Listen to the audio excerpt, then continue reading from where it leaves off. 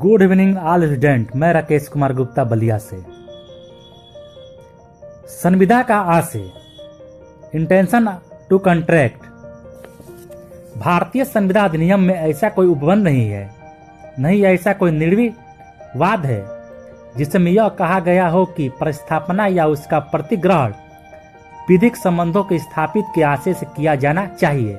परंतु इंग्लिश विधि में यह सिद्धांत स्थापित हो चुका है कि संविदा स्थापित करने के लिए आवश्यक है कि दोनों पक्षकारों का विधिक संबंध बनाने का आशय रहा हो।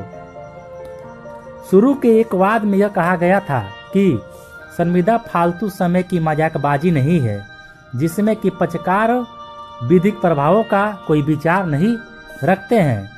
मजाक में दिए गए वचनों संविदा में परिवर्तित नहीं हो सकते हैं, चाहे पक्षकार सहमत प्रतीत होते हो। ब्लेवर टू ब्लेवर 26 के सिद्धांत के सुप्रसिद्ध उदाहरण यह है कि प्रतिवादी सिलोन और श्रीलंका में नौकरी करता था।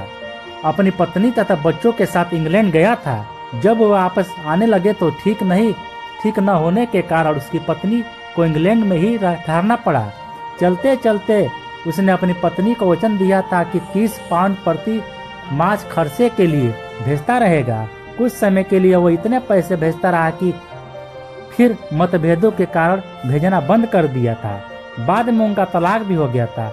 पत्नी तलाक के समय जितना पैसा बनाता था उसने वसूलने के लिए वाद लाई।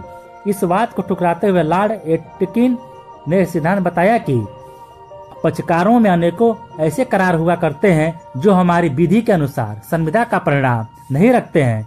साधारण उदाहरण है, दो व्यक्तियों द्वारा इकट्ठे घूमने का वचन या भोजन के लिए प्रस्थापना तथा उसकी स्वीकृति। साधारण परिस्थितियों में कोई भी यह नहीं कह सकता है कि ऐसे वचन संविदा बन सकते हैं, और ऐसे करारों में बहुत प्रचलित करार है जो संविदा नहीं बनता।